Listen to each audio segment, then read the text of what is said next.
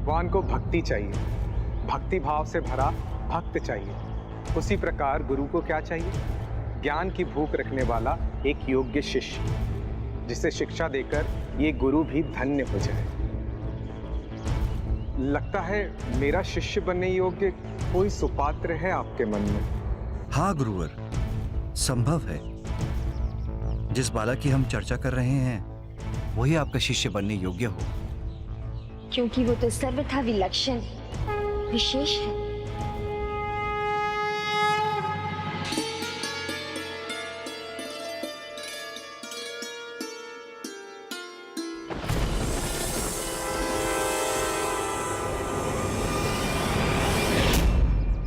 माँ, मुझे कुछ कुछ समझ आ रहा है। देखो ना, मेरा हृदय बोल रहा है। तुम्हारा हृदय क्या बोल रहा है पुत्र? मुझे ऐसा लगा जैसे मेरे हृदय में बस एक ही नाम की दुख है, राम। गुरुवर, कोई भी शिशु अपने रुदन से जन्म लेने का संकेत उत्पन्न करता है, किंतु जिस बालक की बात मैं कर रहा हूं उसने अपने जन्म लेने का संकेत राम बोलकर दिया था। प्रभु श्री राम का नाम, अर्थात जन्म से ही उसके हृदय में भक्ति का भाव है। लगता है प्रभु श्री राम के नाम में तुम्हारी अपार श्रद्धा है, तभी तो जन्म के साथ तुमने नाम लिया था उनका। माँ, मुझे मेरे जन्म के बारे में बताइए ना। उसका जन्म पूरे 32 दांतों के साथ हुआ है। 32 दांत मनुष्य को जीवन के उस चरण में प्राप्त होते हैं जब वो संसार में जीने का पर्याप्त ज्ञान प्राप्त कर चुका होता है। अर्थात प्रभु की विशेष कृपा है मुझ पर। हाँ, प्रभु सदा तुम्हारे साथ है पुत्र, इसलिए जीवन में अपने आप को कभी अकेला मत समझना। जौहरी ही हीरे को पहचान सकता है और गुरु एक योग्य शिष्य को, किंतु उसके लिए तो मुझे उस बालक से मिलना होगा, उसे परखना होगा। कहाँ मिलेगा वो मुझे? सुकर क्षेत्र दिशा की ओर जाइए, वहीं उस अद्भुत बालक का जन्म हुआ है। यदि ये वही सुपात्र शिष्य हुआ जिसे मैं ढूंढ रहा हूं, तो आप दोनों स्वयं प्रभु महादेव और माता पार्वती बनकर मेरे जीवन के उद्देश्य की दिशा दिखाने आए।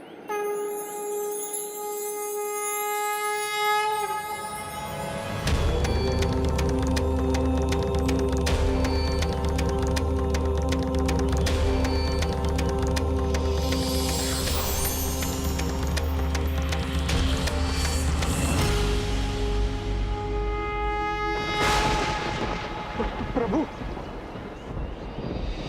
माता, आप दोनों मेरे सामने थे, लेकिन मैं समझ नहीं सका। लेकिन अभी जान गया हूं प्रभु, आप दोनों ने मेरे पे कृपा की। अब मैं तनिक भी विलंब नहीं करूंगा और इसी क्षण सुकुर क्षेत्र की दिशा में जाकर उस बालक को ढूंढकर अपना शिष्य बनाऊंगा। हे प्रभु। तुम्हें बहुत भूख लगी होगी ना बेटा? हाँ माँ, मुझे बहुत भूख लगी है। ठीक है, मैं लकड़ी ले आकर तेरे लिए कुछ पका देती हूँ। माँ, लकड़ी मैं ले आता हूँ।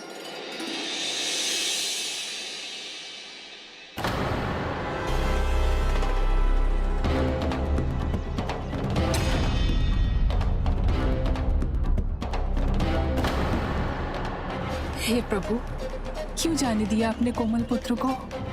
राम बोला भी अबोध है, उसे इस बात का कहाँ ध्यान होगा कि लकड़ी में भी कांटे हो सकते हैं। कहीं उसकी हथेली में चुभ गया तो?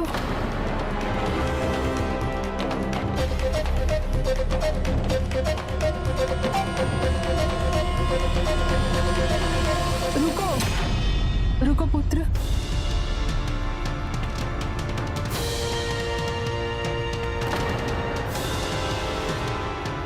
रुक जा, इसे मैं उठाऊंगी। तुम्हें कांटों की चुभन का आभास नहीं होने दूंगी।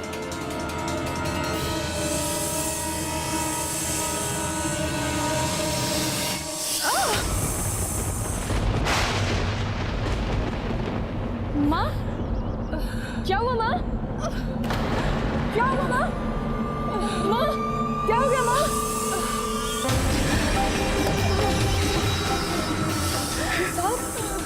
लगता है इसी दुष्ट पाप ने माँ को डसा है। माँ, माँ आप चिंता मत कीजिए, आपको कुछ भी नहीं होगा माँ। मैं अभी किसी को सहायता के लिए बुलाता हूँ, कोई अवश्य आएगा। कोई है? कोई मेरी सहायता करो, देखो ना माँ को क्या हो रहा है, कोई मेरी सहायता करो, कोई है? कोई नहीं सुनता, मैं मेरी माँ की रक्षा कैसे करूँ? पुत्र मेरे पास आओ पुत्र।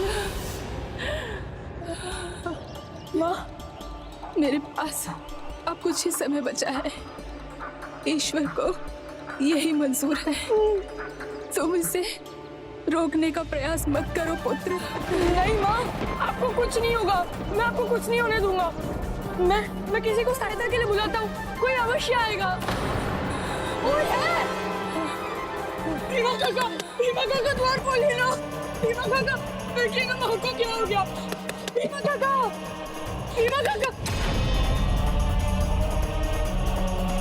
गंगा मौसी द्वार खोलिए।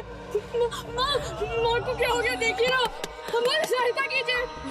कोई है? गंगा मौसी द्वार खोलिए ना। काका द्वार खोलिए ना। काका हमारी सहायता कीजिए ना, देखिए ना माँ को क्या हो गया। काका हमारी सहायता कीजिए। पुत्र माँ,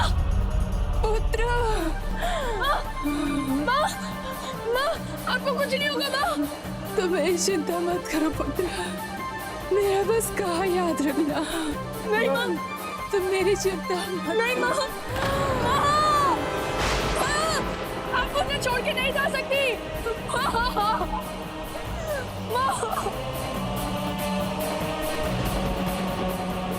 माँ उठिए इधर। माँ, मुनिया के साथ भी यही हुआ जो इसकी माँ के साथ हुआ था। अब जो माँ के लिए अशुभ है वो मुनिया के लिए तो होगा ही ना। हाँ, मुनिया को भी मार ही डाला इसने, इसका तो साया भी नहीं पड़ना चाहिए। नहीं, मैंने मेरी माँ को नहीं मारा, मेरी माँ को सांप ने काटा।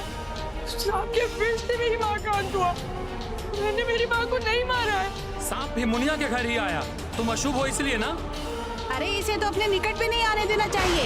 हाँ, इसे निकट नहीं आने देना चाहिए। अशुभ नहीं आने देना चाहिए।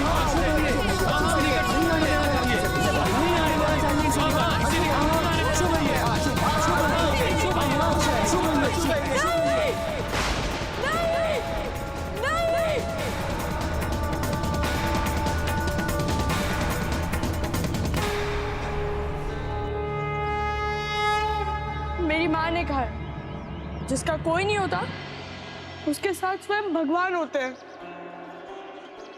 मेरी माँ ने यह भी कहा था कि वो सदैव मेरे साथ रहेंगी, मेरे हृदय में, मुझसे बातें भी करेंगी। सत्य है स्वामी, कलयुग अपनी चरम की ओर बढ़ रहा है। सहानुभूति के स्थान पर सभी राम बोला का उपहास कर रहे हैं। इस घोर कलयुग में ये कैसा पतन है धर्म का। हाँ देवी, इसीलिए इस युग में जो धर्म का अनुसरण करेगा उसे अकेले अनेकों कठिनाइयों का सामना करना पड़ेगा। फिर जो अंगारों पर चढ़कर आगे बढ़ेंगे, जो कष्टों की अग्नि में तपेंगे, वही निखर कर कुंदन बनेंगे और महानता को प्राप्त होंगे। इसीलिए ना तो मैं अकेला हूँ और ना ही अशुभ, ना तो मैं अकेला हूँ और ना ही अशुभ। मुनिया उसका अंतिम सहारा थी, आज वो भी चली गई। अब तो सर्वथा अकेला रह गया है वो। बड़े दुख की बात है, किंतु उससे भी अधिक दुख की बात यह होगी यदि भैया उसे यहाँ ले आए और भैया को कुछ हो गया तो। इसी वजह से तो पूरा गांव उसको अपने नजदीक नहीं आने देता है। मेरे पुत्र पर महादेव और माता पार्वती की कृपा है। स्मरण रहे स्वामी, अशुभ नहीं है मेरा पुत्र। मृत्यु से पहले मेरी मुंशी के ये अंतिम शब्द थे, अशुभ नहीं है मेरा बेटा, ईश्वर की कृपा है उस पर। दूर से ही उसकी सहायता कर दीजिए। मुनिया के अंतिम संस्कार के लिए धन भेज दीजिए। और प्रभु की कृपा तो उस पर है ही, तो प्रभु उसका ध्यान रखेंगे और हमें भी ज्ञात हो जाएगा कि भाभी माँ के शब्द सत्य थे या मिथ्या। तो अनाथ हो जाने पर भी रामबोला को पिता का आश्रय नहीं मिला? नहीं, पिता आत्माराम ने जो निर्णय लिया था उस पर वो अटल थे। फिर क्या हुआ प्रभु? अब वो बालक पूर्ण रूप से अकेला था।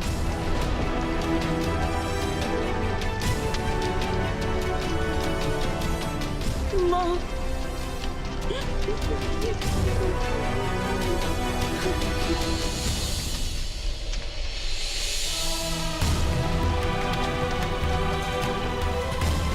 मैं तुम्हारे सामने रहूं या न रहूं, पर तुम्हारे हृदय में सदा रहूंगी। मैं वहीं से तुमसे बातें करूंगी, तब तुम्हें तुम्हारे हृदय की भाषा समझ आने लगेगी। अब मैं उसे अकेला नहीं देखना चाहती स्वामी। अब शीघ्र ही नर हरिदास को उसके निकट पहुंचना चाहिए।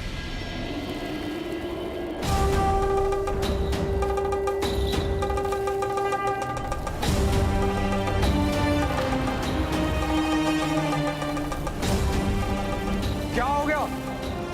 आप लोग रुक क्यों गए?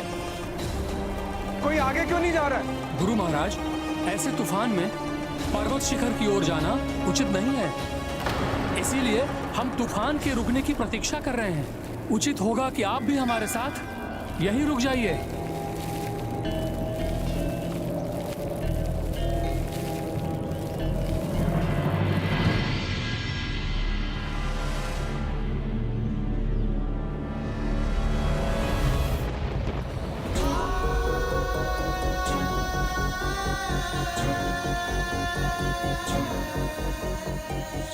मित्र, मुझे बड़ी भूख लगी है।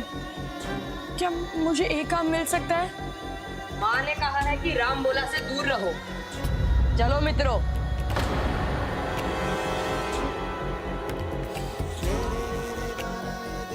मैंने ऐसा क्या किया है? कोई मुझसे बात क्यों नहीं करता? कोई मेरे निकट क्यों नहीं आता है?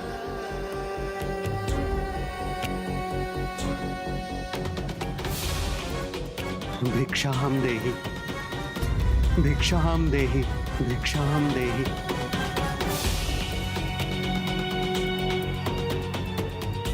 यहाँ तो मुझे भी खाने के लिए कुछ मिल सकता है। मुझे भूख लगी है। क्या मुझे भी दान मिल सकता है? रुको, मैं तुम्हारे लिए कुछ लाती हूँ।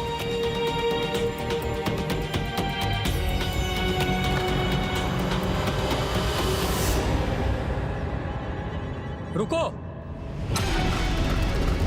पहचानते नहीं हो क्या इसे? रामबोला है ये, अशुभ बालक रामबोला। क्षमा करना पुत्र, मैं तुम्हें भोजन नहीं दे सकती। कृपया चले जाओ यहाँ से।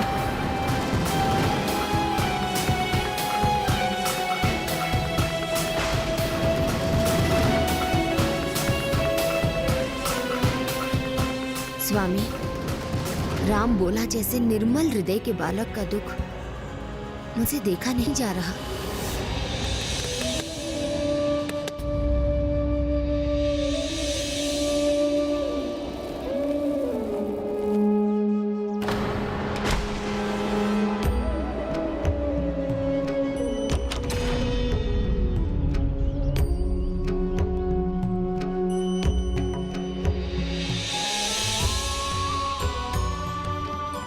माँ देखिए ना, सभी ने मुझे धुतकार दिया। किसी ने भी मुझ पर दया नहीं दिखाई। मुझे बहुत भूख लगी है माँ, कुछ रास्ता दिखाइए ना। मैं क्या करूँगा? पुत्र, तुम्हें कष्ट में देखकर मेरा हृदय भी द्रवित हो रहा है।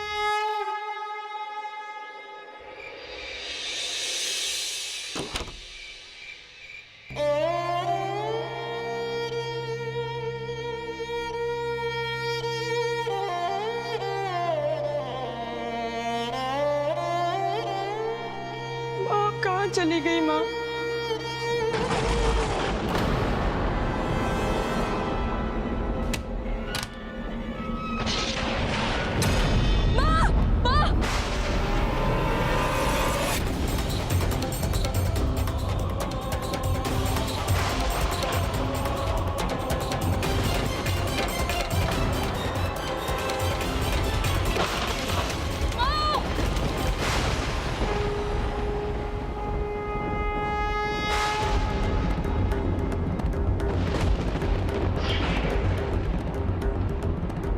महाराज, आप कहाँ जा रहे हैं? अभी तो और तूफान बढ़ने वाला है।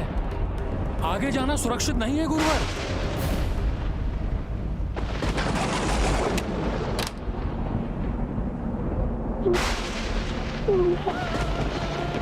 आपने कहा था मैं कभी अकेला नहीं रहूंगा, किंतु मैं अकेला क्यों हुआ? भगवान क्यों नहीं है मेरे साथ? माँ, बहुत डर लग रहा है माँ, बहुत धूप भी लग रही है। आप कहाँ चली गई माँ?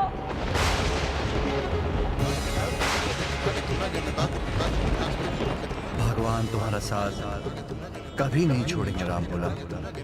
तुम्हारे लिए स्वयं देवी अन्नपूर्णा आ रही है।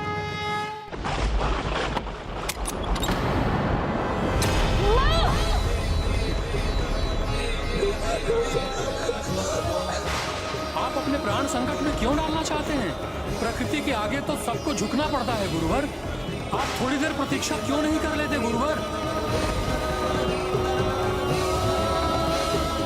नहीं, मुझे अभी जाना है। इतना भी क्या आवश्यक कार्य है गुरुवर, जो आप अपने प्राण संकट में डाल रहे हैं? गुरु के लिए योग्य शिष्य ही उसके प्राणों के समान। अब उसे ढूंढने में विलंब नहीं कर सकता। विचित्र विडंबना थी जिसे सभी अशुभ ठहरा रहे थे। स्वयं संसार को शुभता प्रदान करने वाली माता पार्वती उसका ध्यान रख रही थी और उसकी दिव्यता सद्गुरु नरहरि दास जैसे महान व्यक्तित्व को आकर्षित कर रही थी कि वो उमड़ते तूफान की चिंता किए बगैर आगे बढ़ते चले गए। जब दिव्य शक्तियों का प्रभाव जीवन पर पड़ता है तो व्यक्ति के जीवन को एक नई दिशा मिल जाती है। माता और गुरु नरहरि दास राम बोला के जीवन की दिशा और दशा दोनों बदलने वाले थे। राम बोला के एक महान भक्त और महान संत गोस्वामी तुलसीदास बनने का मार्ग खुलने वाला था। तो क्या माता पार्वती ने राम बोला का नाम तुलसीदास रखा था प्रभु? माता तो वहाँ गई थी राम बोला के प्रति ममता के भाव से प्रेरित होकर। आपने कहा था आप सदा मेरे साथ रहेंगे, भगवान मेरे साथ रहेंगे। फिर आप तो मुझे अकेला क्यों छोड़ दिया माँ? बहुत डर लग रहा है माँ, बहुत डर लग रहा है।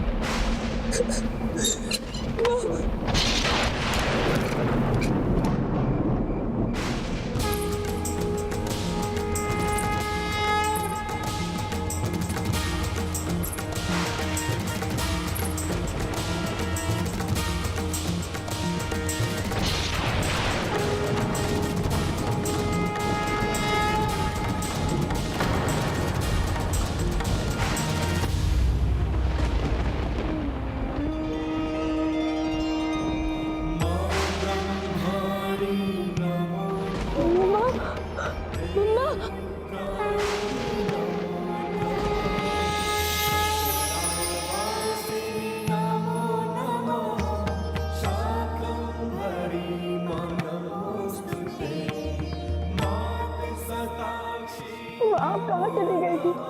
मुझे छोड़कर आप कहाँ गई थी माँ? आपने आने में कितनी देर कर दी माँ? मुझे बहुत भय लग रहा था माँ, डर के मारे तो मेरे प्राण ही निकले जा रहे थे।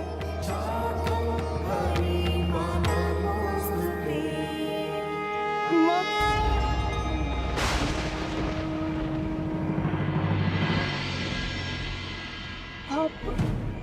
आप कौन है?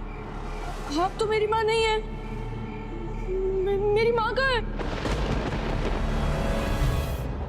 जगत जननी तो माताओं की माता है, सभी उसी की संतानें हैं। मुझे लगा मेरे इतने पुकारने पर मेरी माँ लौट आई, पर आप तो मेरी माँ नहीं है। आप तो आई हैं, पर मेरी माँ स्वयं क्यों नहीं आई? जब उनकी ममता सागर की भांति उमड़ने लगती है तो ज्ञान और शक्ति की स्वामिनी जगत जननी के लिए एक अबोध बालक के सरल प्रश्नों के उत्तर देना थी। कठिन हो जाता है। कुछ तो बोलिए। मेरी माँ मुझे देखने स्वयं क्यों नहीं आई? कहाँ है वो? बोलिए ना, मेरी माँ क्यों नहीं आई? मैं बताता हूँ।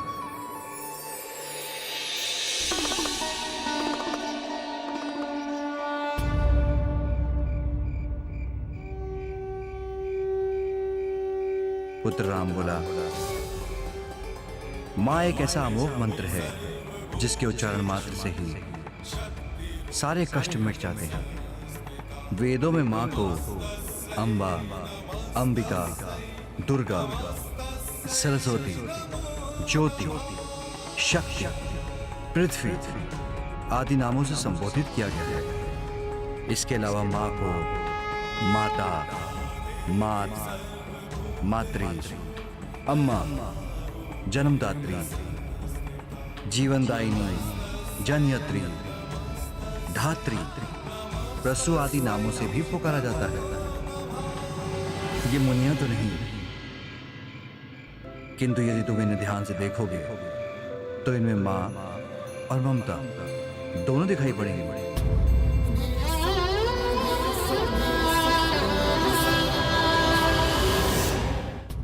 ब्राह्मण देवता, आप कौन है? और क्या आप मेरी माँ मुनिया को जानते थे? मैं भोला हूं पुत्र, और ये मेरी अर्धांगिनी गौरी। तुमने ठीक समझा, हम तुम्हारी माता को जानते थे। अच्छा, तो आप सखी हैं मेरी माँ की? हाँ पुत्र, कुछ ऐसा ही समझ लो। और मेरी माँ तो स्वर्ग सिधार गई। बहुत अच्छी थी ना वो। भगवान अच्छे लोगों को ही अपने पास बुला लेते हैं। आपने आने में देर कर दी। वो तो नहीं मिलेंगी अब आने का कोई लाभ नहीं। मैं तो अकेला ही हूँ।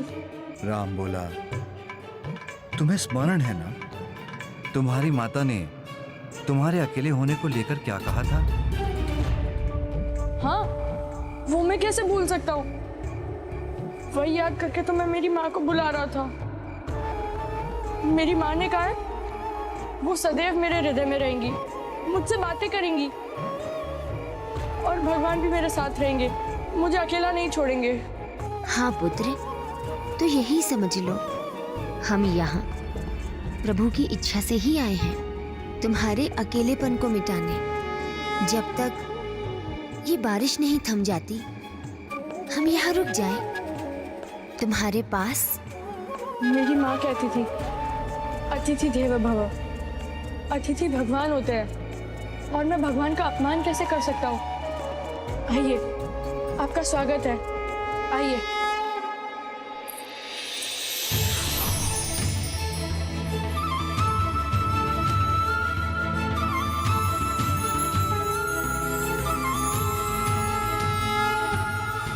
माँ सच कहती थी। देखिए ना, आपके आते ही दिए जल उठे। आप सचमुच अतिथि के रूप में भगवान ही हो।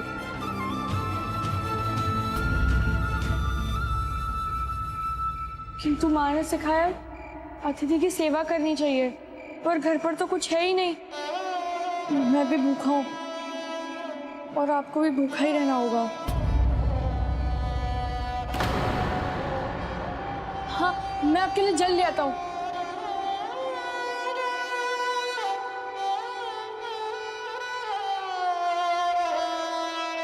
बस ये जल ही है, वही दे रहा हूँ।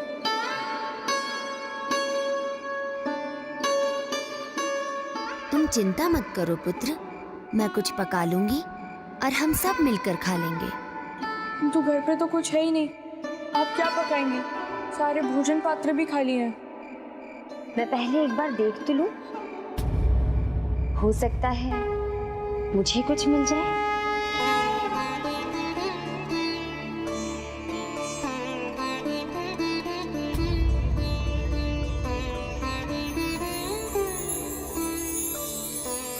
यदि उसमें भी कुछ नहीं हुआ तो? जहां निराशा का कोई कारण ना हो, वहां आशावान ही रहना चाहिए। क्योंकि जब निराशा अपने द्वार बंद करती है तो आशा में ही संभावनाएं छिपी होती हैं।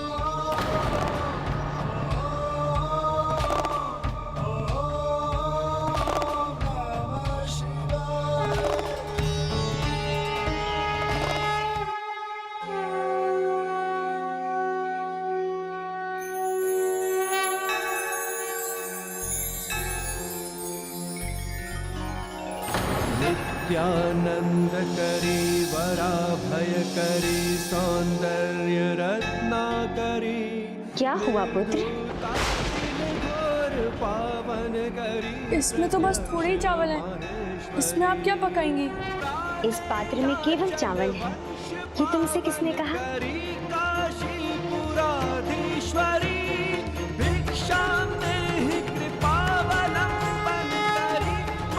इसमें तो गुड़ भी है। हाँ, अब गुड़ मिल गया तो लगता है कि मैं। आप गुड़ चावल बना सकती हैं। तो शीघ्र बना दीजिए ना, मुझे बहुत भूख लगी है माँ।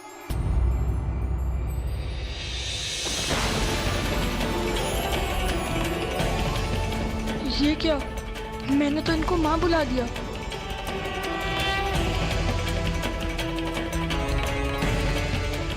मुझे माँ पुकारने पर दुखी क्यों हो रहे हो पुत्र? आओ बैठो, मैं अभी तुम्हारे लिए गुड़ चावल बना देती हूँ।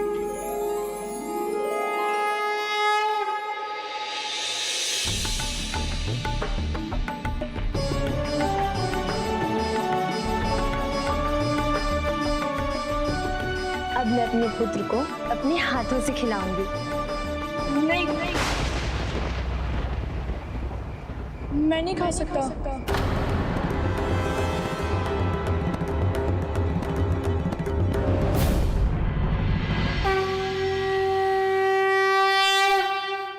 क्यों नहीं खा सकते पुत्र? मेरी माँ ने सिखाया, सर्वप्रथम भोग भगवान को चढ़ाना चाहिए। मैं अभी देती हूँ पुत्र।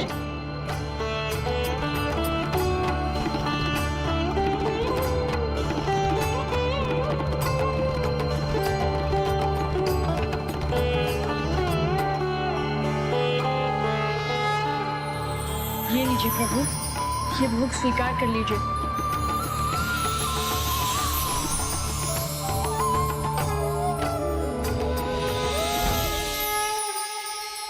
राम बोला ने जो प्रसाद प्रभु श्री राम को चढ़ाया, तो प्रभु महादेव और माता पार्वती के पास कैसे पहुंच गया?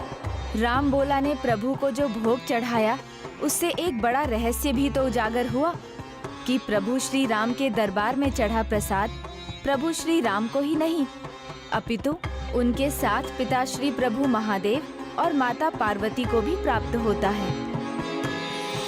अब आप मुझे खिला दीजिए, मुझे बहुत भूख लगी है।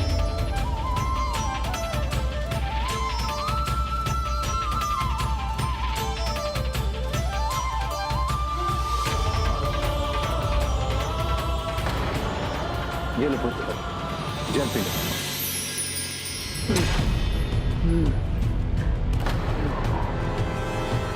बेटा, मुझे प्यास क्यों लग रही?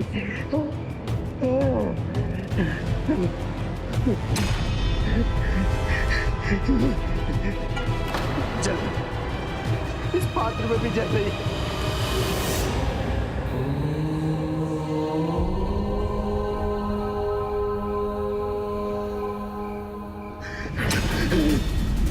जल चाहिए मुझे। क्या हुआ भैया, सब ठीक तो है ना? ये सारे पात्र खाली क्यों है? आज किसी ने भोजन तक नहीं दिया मुझे। ये तो छोड़ो, एक बूंद जल तक नहीं है। भैया ये लीजिए जल।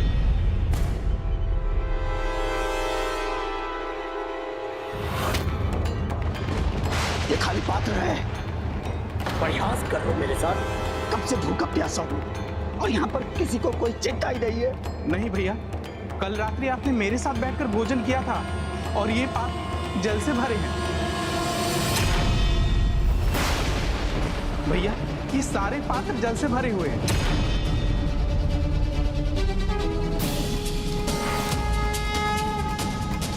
ये क्या हो रहा है मेरे साथ? मुझे ऐसा भ्रम क्यों हो रहा है कि जैसे मैं कितने समय से मैं खाया पिया तक नहीं। पूरा गांव उसको अपने नजदीक नहीं आने देता है। अब तो सर्वथा अकेला रह गया है वो। समझिए मुझे ऐसी भूख प्यास क्यों लग रही है, उसका कारण समझ गया मैं। क्या कारण है भ्राता? ये मेरे किए का ही फल है। न मैंने कभी उसकी भूख की और न प्यास की चिंता की। किसे भैया? किसकी बात कर रहे हैं आप? और किसे छोड़ा मैंने? मेरा अशुभ पुत्र, उसी की बात कर रहा हूं मैं। भैया आप अधिक मत सोचिए। अधिक सोचने से आपके दिमाग पर असर पड़ रहा है। मुझे उसके पास जाना, मुझे उसके पास जाना है। आज आप दोनों आए, पहली बार मुझे पता चला कि माता और पिता दोनों का स्नेह कैसा होता है। मैंने तो बस बचपन से ही अपनी माँ को ही देखा है। मेरी माँ ने तो मुझे मेरे पिता का परिचय भी नहीं दिया। मुझे तो ये भी नहीं पता वो कौन है, कहाँ है भी क्या नहीं। नहीं, मुझे उसके पास जाना है। मुझे उसके पास जाना है। भूल कर भी ऐसा मत कीजिएगा। मैं आपको उसके पास जाने नहीं दूंगा। जिसका जन्म ही अशुभ हो, उसके कारण मैं अपने भाई को नहीं खोना चाहता। आपका दुख मैं समझता हूं भैया, किंतु मैं भी अपने स्थान से नहीं डिगने वाला। इस अशुभ बालक को घर में आने देकर आपका, इस घर का सर्वनाश नहीं होने दे सकता। परिस्थितियाँ कभी कभी ऐसी हो जाती हैं कि व्यक्ति अपने मूल स्वभाव के विपरीत आचरण करने पर विवश हो जाता है। पिता पुत्र से मिलना चाहते थे, किंतु उन्हें शंका थी, इसलिए वो उसके पास नहीं गए। उधर दूसरी ओर ये दुर्भाग्य बालक राम बोला का सौभाग्य भी बन गया। पिता नहीं थे उसके निकट, तो स्वयं जगत पिता प्रभु महादेव पिता बनकर उसका ध्यान रख रहे थे। पुत्र, अब अपनी आंखें बंद कर सोने का प्रयास करो। नहीं, मैंने कहा ना, आंखें बंद करो। क्यों आंखें नहीं बंद करोगे? क्योंकि अब तो बारिश भी थम गई है। यदि मैं आंखें बंद करके सो गया तो आप दोनों कहीं चले ना जाएं।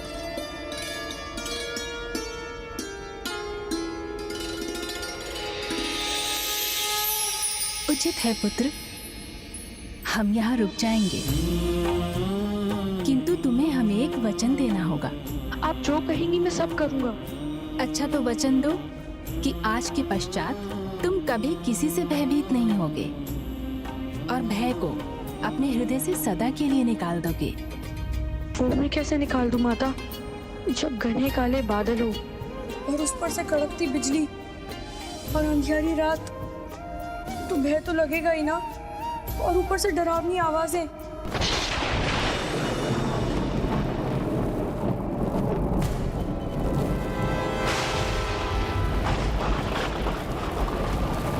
जब सब कुछ इतना भयंकर लगे, ऐसे में मुझ जैसा बालक क्या, बड़े से बड़े आदमी भी भयभीत हो जाए। पठतो नास्ति मूर्खतो अपनो नास्ति पातकम मोनिना कलहो नास्ति न भयम चास्ति जागृत। अर्थात पढ़ने वाले को मूर्ख नहीं बनाया जा सकता, जपने वाले को पातक नहीं लगता, और मौन रहने वाले का झगड़ा नहीं होता, और जागृत रहने वालों को कभी भय नहीं होता। माता, जब मैं अकेला रहता हूँ तो भय अपने आप लग जाता है। उसका भी एक सरल उपाय है। ऐसे समय में तुम अपने हृदय से बात करने का प्रयास करो। मैंने वो भी कोशिश की थी, मेरी माँ ने भी सिखाया ना, किंतु मेरा हृदय तो बस दुख दुख की आवाज़ ही निकालता है। मैंने उसे भी समझने की कोशिश की थी, पर उसमें भी प्रभु श्री राम का ही नाम सुनाई दिया। जब तुम अपने हृदय की सुनते हो, तब तुम्हें प्रभु श्री राम का नाम सुनाई देता है। इसका अर्थ है प्रभु श्री राम तुम्हारे हृदय में बसते हैं, सदा तुम्हारे साथ रहते हैं। भरोसे राम के निर्भय होकर सो, अनहोनी होनी नहीं, होनी हो सो होनी। भरोसे राम के निर्भय होकर सोए, आपने देखा प्रिय, कैसे इतने गूढ़ ज्ञान को इसने इतने सुंदर शब्दों में बांधा। एक दिन ये विख्यात कवि बनेगा और इसके दोहों को संसार तुलसी के दोहों के नाम से जानेगा। तुलसी भरोसे राम की, निर्भय होके सोए, अनहोनी होनी नहीं, होनी हो सो हो।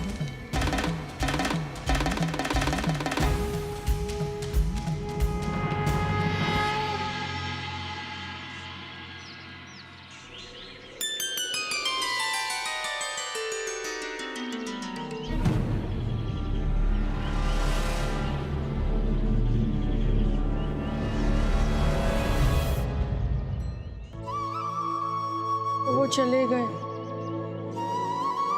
मैं फिर से अकेला रह गया।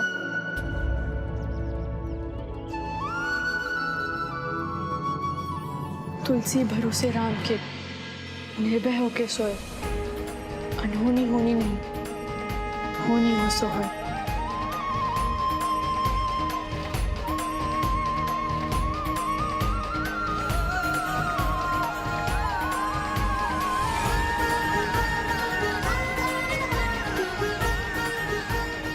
कल तो भोजन माता ने पका लिया था, किंतु आज तो ये कार्य मुझे ही करना होगा और उसके लिए आग जोड़ने के लिए लकड़ी लानी होगी। मैं लकड़ी ले आता हूँ।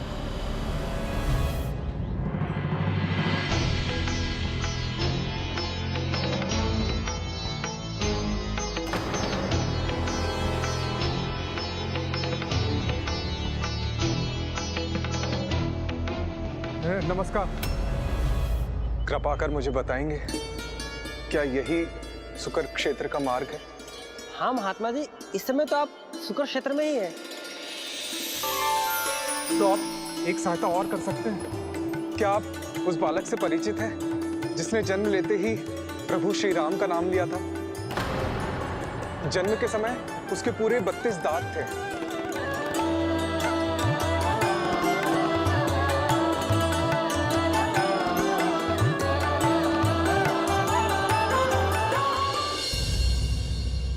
नमस्कार। नमस्कार।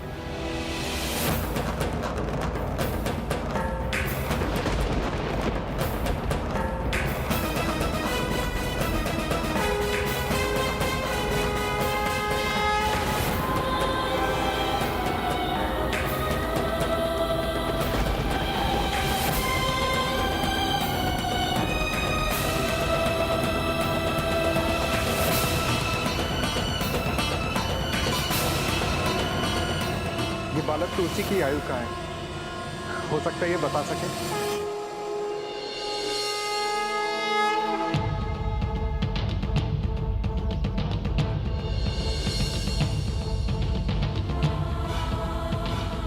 प्रभु, अब गुरु और शिष्य की भेंट होने वाली है। अपने गुरु का साथ पाने के बाद राम भोला अकेला नहीं रहेगा। सुनिए महात्मा जी, मैं आपको बता सकता हूँ वो बालक आपको कहाँ मिलेगा। मुझे याद है उस बालक के पिता का नाम आत्माराम दुबे है। हो सकता है उसके पिता को कोई निकट के गांव में जानता हो। आप आगे जाकर दाहिने मुड़ जाइएगा, वो मार्ग आपको सबसे पास के गांव में ले जाएगा। अच्छी बात है, बहुत बहुत धन्यवाद।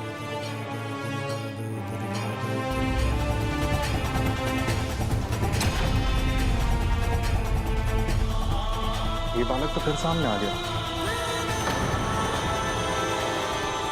मुझे इसकी सहायता करनी चाहिए।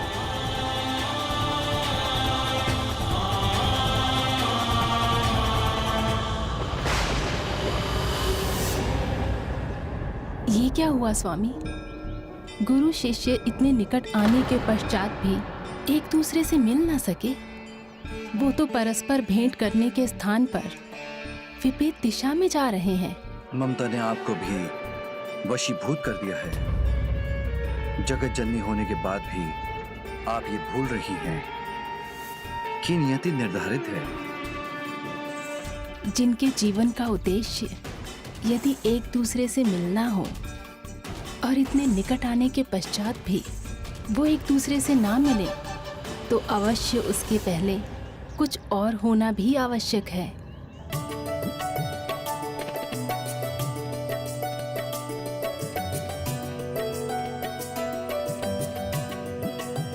लकड़ी की गठरी भी नहीं संभलती इससे तो।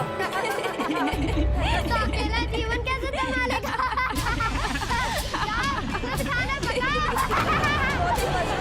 हमारे पास कोई नहीं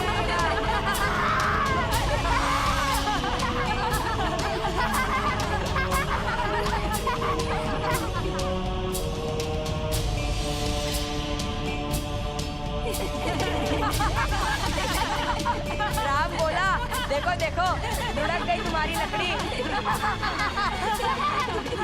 कितने वाली होगी अलग।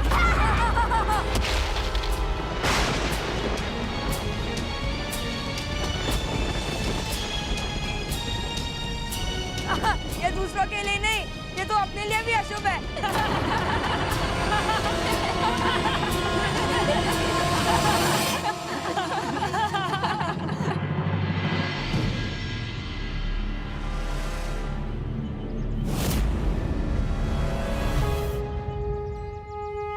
माता, आप चिंता मत करो पुत्र, तुम्हारी लकड़ियां भीग गई तो क्या हुआ?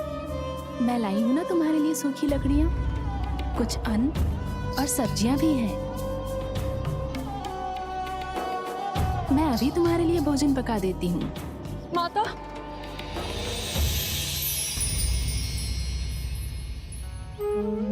पुत्र,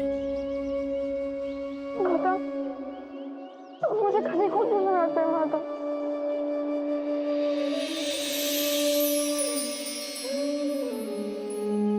रो नहीं पुत्र, सब ठीक है। कुछ ठीक नहीं है, सब मुझे अशुभ कहते हैं। तो उन्हें सुनो ही मत।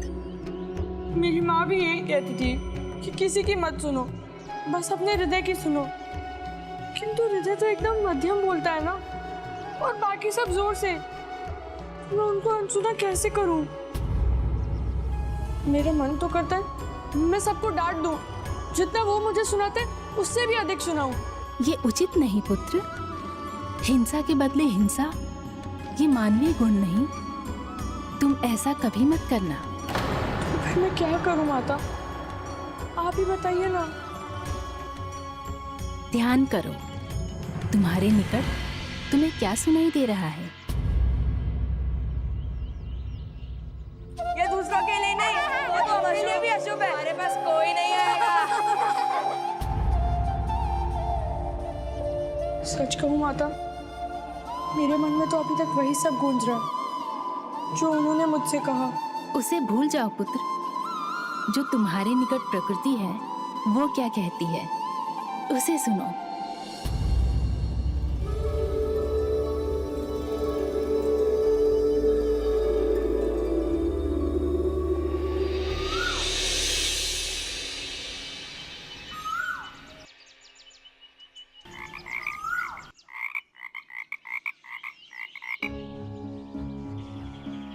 कोकिला का गान सुना मैंने, किंतु फिर मेंढकों ने टर्राना आरंभ किया तो कोकिला मौन हो गई। जिस प्रकार पावस ऋतु में मेंढक जब अधिक टर्राते हैं तो कोयल भी मौन धारण कर लेती है, उसी प्रकार एक बुद्धिमान की बुद्धिमानी भी इसी में है कि वो मेंढक जैसे कपटी की तीव्र स्वर में एक ही बात बोलते रहना सुनकर शांत रहे। अर्थात मेंढक के समान व्यर्थ में टर्टर करने वालों को शांत करने में अपनी ऊर्जा व्यर्थ नहीं करनी चाहिए और कोयल की तरह मौन हो जाना चाहिए, है ना माता? हाँ पुत्र, तुम्हें अपनी ऊर्जा रचना करने की शक्ति को और बढ़ाने के लिए अपनी रचनाओं में लगानी चाहिए, अपनी प्रतिभा को और उजागर करना चाहिए। मैं जानती थी तुम शीघ्र समझ जाओगे पुत्र। चलो मैं तुम्हारे लिए भोजन पका देती हूँ। माता, क्या आज भोजन पकाने में मैं आपकी सहायता कर सकता हूँ? अवश्य पुत्र, उचित है।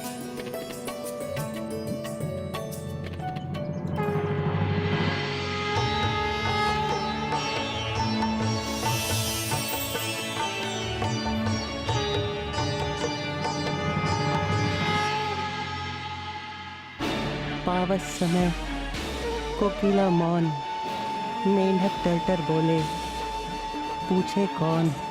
पावस समय कोकिला मौन, मेंढक टर्टर बोले, पूछे कौन।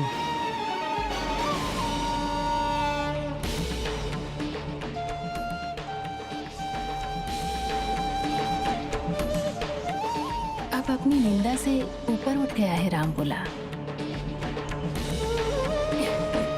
क्या हुआ पुत्र, क्या कर रहे हो? जैसा आपने कहा था माता, मैं अपनी संपूर्ण ऊर्जा रचना में लगा रहा हूँ। अच्छा, तो क्या रचा तुमने? अभी सुनाता हूँ।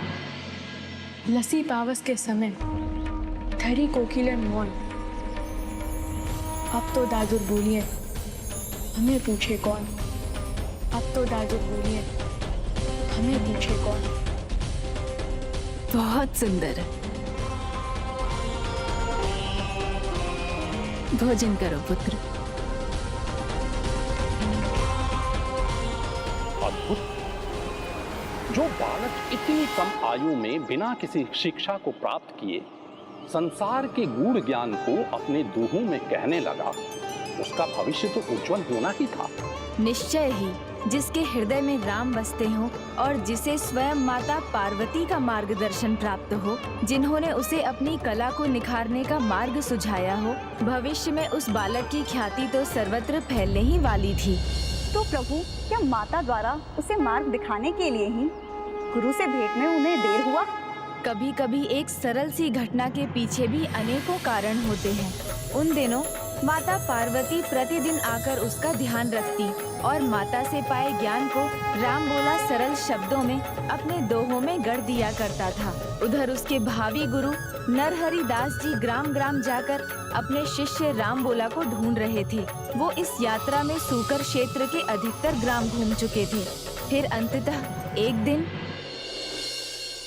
महात्मा जी, यही है आत्माराम दुबे जी का घर। प्रणाम। नमस्कार। हाथी विपत्ति के विद्या विनय विवेक, साहस सुकृति, सुसत्यव्रत, राम भरोसे एक। अत्यंत सुंदर पुत्र। शब्द तो तुमने बहुत सुंदर बांधे हैं। अब इनका अर्थ विस्तार में समझाओ। मैं क्या समझा सकता हूँ माता? मैंने तो वही सब सुनाया जो आपने मुझे सिखाया है। विपत्ति में बस गुण ही काम आते हैं। विद्या, बुद्धि, विनम्रता, साहस, अच्छे कर्म, सच्चाई और भगवान अर्थात प्रभु श्री राम में अटल विश्वास, ये सभी साथ आते हैं तो संकट कितना भी बड़ा क्यों ना हो, दूर हो जाता है। सत्य, सर्वथा सत्य।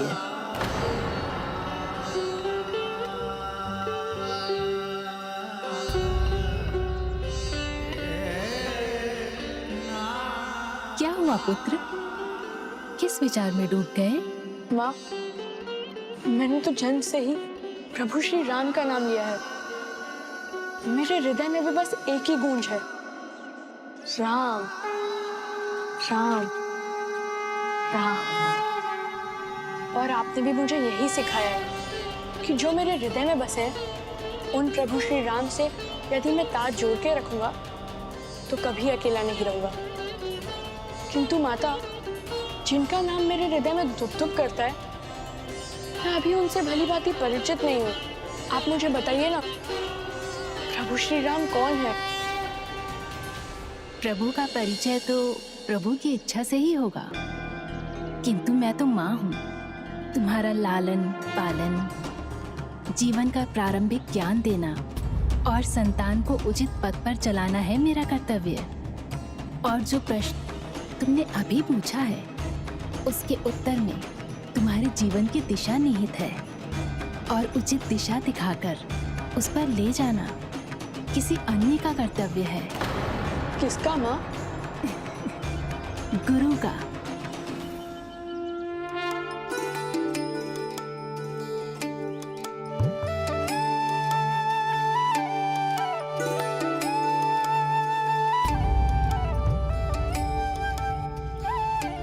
प्रणाम महात्मा जी, स्वागत है आपका। प्रणाम महानुभाव। क्या आप ही आत्माराम दुबे जी हैं? नहीं, वो तो अभी मंदिर गए हैं। आप मुझे आदेश दीजिए। मैं उनसे उनके विलक्षण पुत्र के बारे में पूछना है, जो पूरे 32 दांत के साथ जन्मा था और संसार में आने पर उसके मुख से निकलने वाला पहला स्वर था श्री। हमें नहीं पता कि वो कहाँ है, और जन्म लेते ही हमने उसे इस घर से दूर कर दिया था। तो बस मुझे इतना ही बता दे कि महात्मा जी, न मैं आपको कुछ बताऊंगा, न ही उसका नाम लूंगा। इस घर में उसकी चर्चा भी वर्जित है। अब और कोई सेवा नहीं चाहते तो आप यहाँ से प्रस्थान करें तो बड़ी कृपा होगी।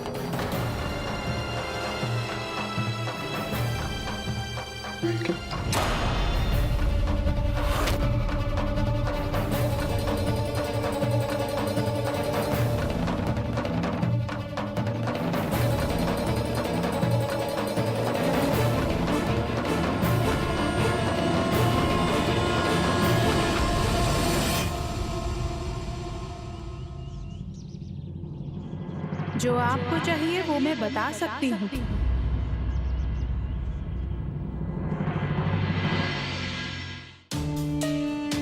प्रणाम महाराज। उस बालक को लेकर के मैंने आपके प्रश्न सुने। उसके जन्म के समय उसको जन्म देने वाली दाई माँ मैं ही थी। परम सौभाग्य है आपका, जो ऐसे दिव्य बालक के जन्म का भाग बनकर उसकी साक्षी बनी। दिव्य? नहीं नहीं महाराज, वो अशुभ है। जन्म लेते ही जिसकी माँ की मृत्यु हुई, कुछ समय बाद उसका पालन पोषण करने वाली वो स्त्री भी चल बसी। जो भी उसके संपर्क में आता है उसका बुरा ही होता है। मेरा तो सुझाव है उस अशुभ बालक से आप भी दूर रहिए। जिसके मुख पर जन्म से ही श्री राम का नाम हो, वो भला अशुभ कैसे हो सकता है? जन्म देने वाली और पालन करने वाली, जो दोनों माताओं की मृत्यु का कारण बना, वो शुभ कैसे हो सकता है? चातस्य ही ध्रुवो मृत्युर्ध्रुवम जन्म मृत्युश्च तस्मात् परिहार्थे न त्वं सोचितु महर्षि। जिसने भी इस मृत्यु लोक में जन्म लिया है उसकी मृत्यु निश्चित है। इसीलिए किसी की भी मृत्यु का दोष किसी और पर मढ़ना नहीं चाहिए और ना ही उनकी मृत्यु का शोक मनाना चाहिए।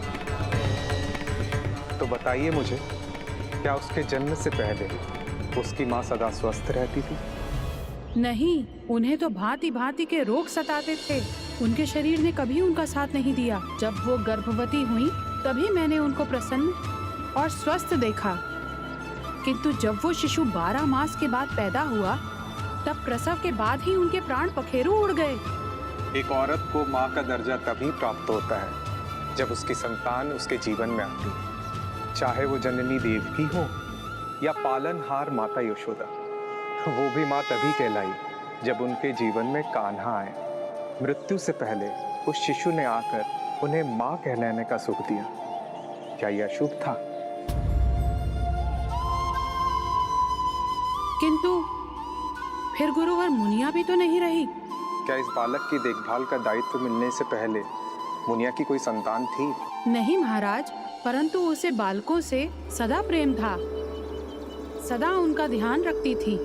उसे अवसर मिला एक बालक को पाने का जिसे वो अपना बुला सकती थी।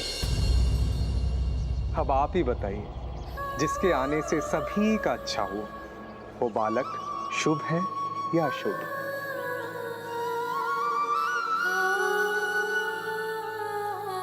जो अज्ञानता का अंधकार भेदने सूर्य के समान आकर उसके जीवन को ज्ञान की किरणों से सींच देते हैं, शिष्य को अपना जीवन सार्थक बनाने की सीख देते हैं, वो गुरु होते हैं। जो इंद्रियों के आभास को दूर कर सांसारिक मोहमाया को तज कर उसे अपनी शिक्षा से आत्मा का ज्ञान देते हैं और शिष्य की आत्मा को परमात्मा से जोड़ते हैं, जो तुम्हारे श्री राम से सदा के लिए तुम्हें जोड़ने आएंगे, वो गुरु होते हैं। इसलिए गुरु तो कृपा सागर हैं, नर रूप में हरि अर्थात स्वयं भगवान हैं। जब उनके दर्शन हो तो उनके पद कमल की वंदना कर उन्हें प्रणाम करना पुत्र। किंतु माता, वो शुभ घड़ी कब आएगी? मैं मेरे गुरु से कब मिलूंगा और कब करूंगा उनके पद कमल की वंदना? शीघ्र, अति शीघ्र। 12 मास के गर्भ का प्रसव सफलतापूर्वक कराने से गांव में मेरा भी सम्मान बढ़ गया। अब ऐसे समय में मुझे ही सब ढूंढते हैं। आप सत्य ही कहते हैं, वो बालक शुभ है, अशुभ नहीं है। किंतु मैंने भी उसे अशुभ मान लिया। कैसा मैंने अपराध कर दिया। अब प्रभु श्री राम हमें कभी क्षमा नहीं करेंगे। प्रभु बड़े दयालु हैं, वो आप पर भी दया करेंगे, किंतु पहले मुझे उसे ढूंढने के लिए मेरी सहायता कीजिए। हरिपुर गांव के बाहर एक छोटी सी बस्ती है, वहाँ जो अंतिम घर है वो वहीं रहता है। मैं स्वयं आपको वहाँ ले चलूंगी। चलिए महाराज, आइए।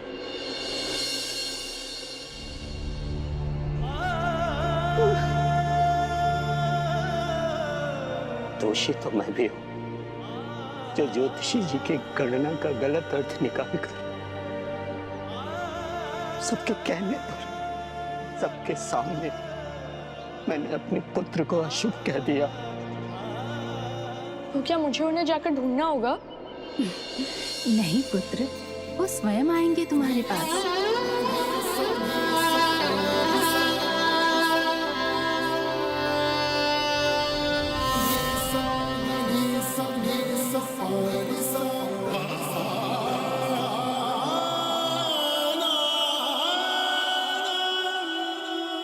ये पुष्प आपने मुझे क्यों दिए माता? मैं इनका क्या करूंगा?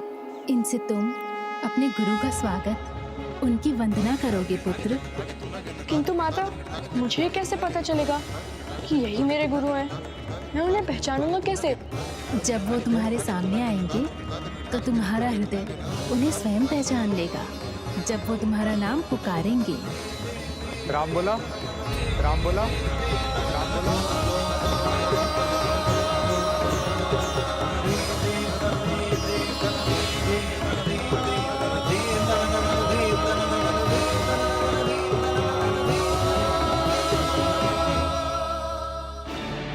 तो क्या वो आ गए या मेरे गुरु आ गए माता? जाओ पुत्र, अब अपने गुरु का स्वागत करो। राम बोला, क्या तुम हो वहां?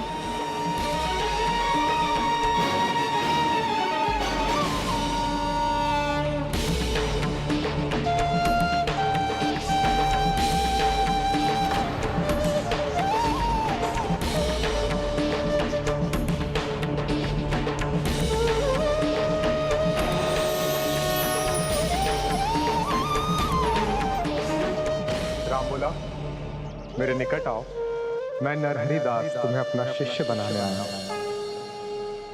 हर शिष्य चाहता है कि उसे एक योग्य गुरु मिले।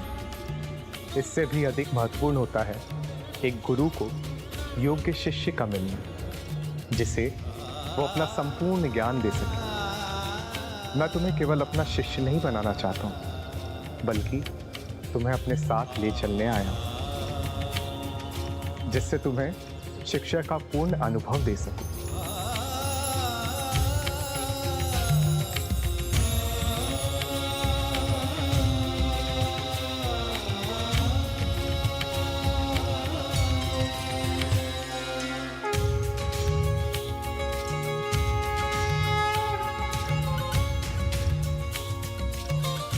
गुरुवर, आपके चरणों में मैं वंदन करता हूँ। आपकी कृपा तो सागर के समान और आपका रूप, वो तो हरि का ही रूप है। आपके वचन तो मोह रूपी अंधकार को दूर करने वाले हैं, जिसमें सूर्य की किरणों के प्रकार तेज है।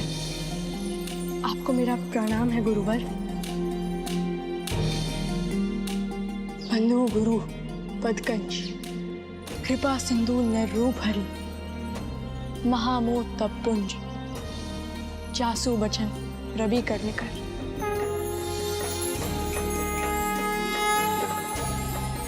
हे गुरुदेव, मेरा आपसे निवेदन है, आप सूर्य के समान मेरे जीवन में प्रवेश कर अपने ज्ञान वचनों के किरणों से उस अंधकार को मिटाकर उसे प्रकाशित करें और मुझे अपने शिष्य रूप में स्वीकार कर लीजिए गुरुदेव।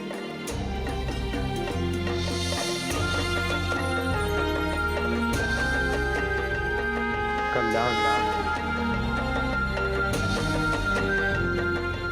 आओ वत्स, मैं अति प्रसन्न हूं कि तुमने मुझे मन से गुरु स्वीकार किया। इसका मतलब हम ही नहीं समझ पाए इसे। महात्मा जी की पारखी आंखों ने इसे देखते ही समझ लिया। हम तो इसे अशुभ समझते थे। तू है नहीं, अशुभ है नहीं। हाँ, और क्या?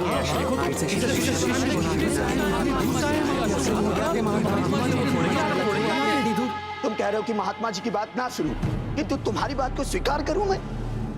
बात मेरी यह अन्न की नहीं है भैया, बात तुम्हारे जीवन की। मैं आपके जीवन को कष्ट में नहीं देखना चाहता। तो क्या होगा? मेरा जीवन ही कष्ट में पड़ेगा, किंतु मेरा अंतर्मन तो ग्लानि से मुक्त हो जाएगा ना। मुझे ये दुख तो नहीं होगा कि अकारण ही मैंने अपनी संतान को अपने आप से अलग कर दिया। उसका मुख तक नहीं देखा मैंने। उचित है, जाना है तो जाइए, किंतु इतना सुन लीजिए, वो बालक अशुभ है और अशुभ की छाया ना बाबा ना। मैं आपके साथ नहीं चलूंगा। मैं नहीं चाहता कि उस अशुभ की छाया मुझ पर पड़े, क्योंकि हम दोनों भाइयों में से कोई एक तो सुरक्षित रहेगा। भ्राता, आइए गुरुवर, मैं आपको माता से मिलाता हूँ। आइए।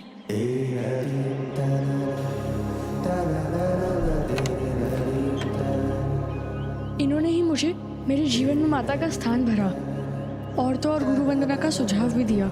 गुरु का अर्थ क्या होता है वो इन्होंने ही मुझे।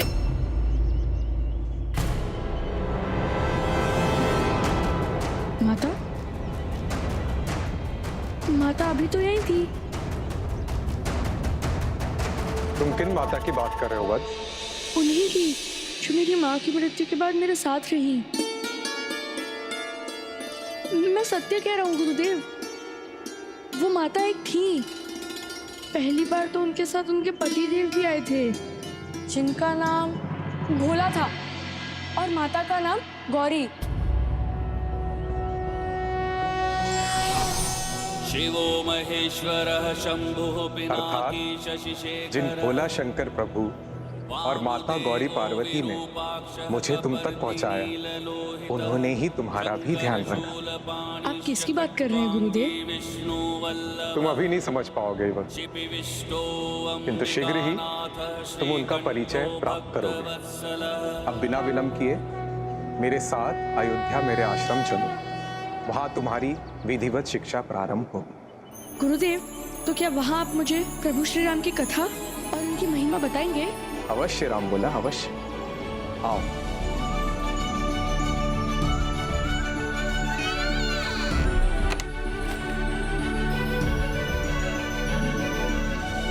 राम बोला, मैंने उसके साथ कितना अन्याय किया है, मैं उससे क्षमा कैसे मांगूंगा?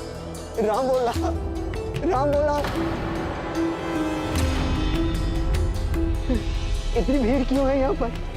मेरा पुत्र तो ठीक है ना? आत्माराम जी यहाँ? कोई कुछ बोलता क्यों नहीं है? राम बोला, राम बोला, राम बोला, राम बोला। कहाँ है मेरा पुत्र? कहाँ है मेरा पुत्र? कहाँ है मेरा पुत्र? राम बोला। अब उसे ढूंढने से कोई लाभ नहीं है, वो यहाँ से जा चुका है। कहाँ जा चुका है? कहाँ जा चुका है मेरा पुत्र? जिसे हम अशुभ मानते रहे, उसकी दिव्यता को एक गुरु महात्मा ने पहचाना और अपने साथ उसे ले गए।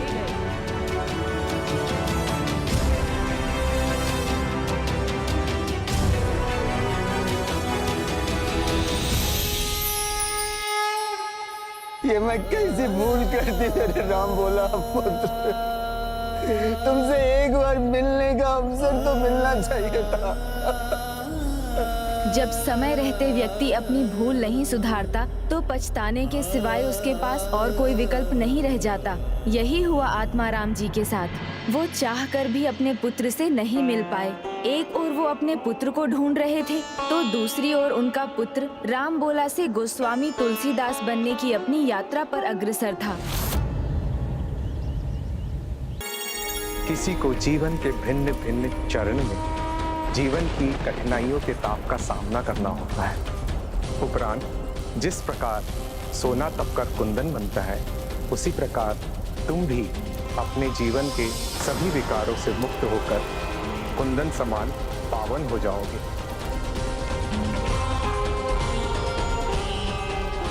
गुरुदेव ने उचित कहा था। मुझे तो नवीन ऊर्जा का आभास हो रहा है। वैष्णव संस्कार का दूसरा चरण है ऊर्ध्व पुंड्र संस्कार, जिसमें मस्तक पर श्री विष्णु चरण तल तिलक धारण कर व्यक्ति अपने आगामी जीवन के लिए विद्या प्राप्ति के द्वार खोलता है, उसे अपने जीवन में उतारने का सामर्थ्य पाता है। अब वैष्णव संस्कार का ये तीसरा चरण है, जिसमें एक नया नाम दिया जाता है। अब राम बोला को वो नाम प्राप्त होगा जिससे वो अनंत काल तक आदर पूर्वक जाना जाएगा। तुम्हारे नए नाम का आरंभ तू से होना चाहिए। ओम पूर्णमदः पूर्णमिदं पूर्णात् पूर्णमुदच्यते। तुलसीदास तुलसीदास तुलसीदास तुलसीदास तुलसीदास तुलसीदास तुलसीदास। आज के बाद तुम तुलसीदास कहलाओगे। अपना सामान क्यों बांध रहे भैया? अब कहाँ की यात्रा का विचार है भैया?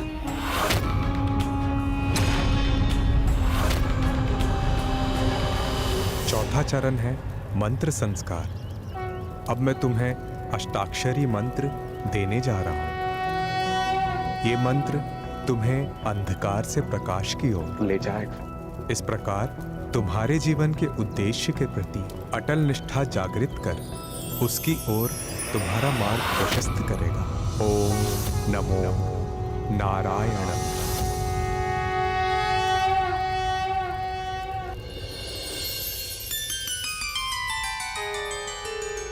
अब वैष्णव संस्कार का पांचवा और अंतिम चरण है यज्ञ। इससे तुम्हारी आत्मा की शुद्धि होगी और तुम वेदों और पुराणों के गुण ज्ञान को सरलता से सीख पाओगे।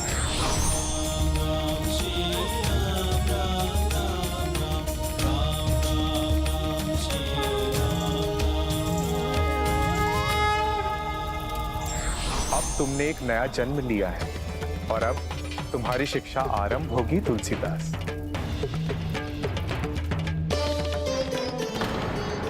कुछ भी हो जाए, मैं अपने पुत्र को ढूंढकर उसे यहाँ लौटा कर लेके आऊंगा।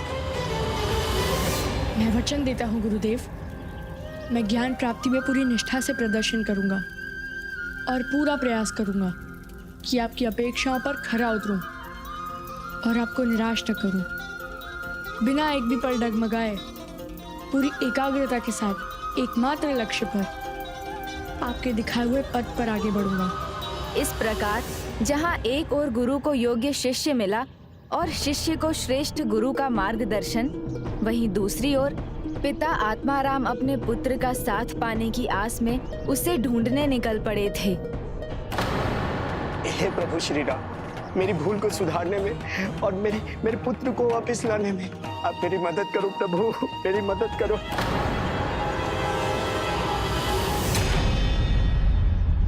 जिसने जन्म से ही अपने पुत्र को त्याग दिया, क्या उसके पिता को उसके जीवन में आने का अधिकार था? प्रायश्चित वो गंगा है जिसमें स्नान करने के बाद व्यक्ति दोष से मुक्त हो जाता है। प्रभु उसे क्षमा दान देते हैं। आत्माराम जी की ये यात्रा प्रायश्चित की यात्रा थी। वहीं दूसरी ओर तुलसीदास जी की यात्रा तुलसी से महान भक्त गोस्वामी तुलसीदास बनने की थी। किंतु ये तभी संभव था जब वो अपने हृदय की सुन प्रभु को पा सके। माता जिस प्रकार अपने प्रत्येक संतान की इच्छाओं को जानकर उनकी रुचि के अनुसार भोजन तैयार करती है, उसी प्रकार एक गुरु के लिए अति महत्वपूर्ण है कि वो अपने शिष्यों के हृदय की बात जाने। तभी मैं तुम्हारा गुरु तुम शिष्यों का मार्गदर्शन कर तुम्हें तुम्हारे जीवन के उद्देश्य पाने में समर्थ बना सकूं। अब एक एक कर मुझे बताओ, तुम्हारे हृदय में क्या है? स्वादिष्ट मालपुआ। अपने पिता की मिष्ठान की दुकान के सभी स्वादिष्ट मिष्ठान मेरे मुख में आ जाए और बिना मेरे कुछ किए आते ही जाएं और मैं उनका आनंद लेते ही जाऊं, लेते ही।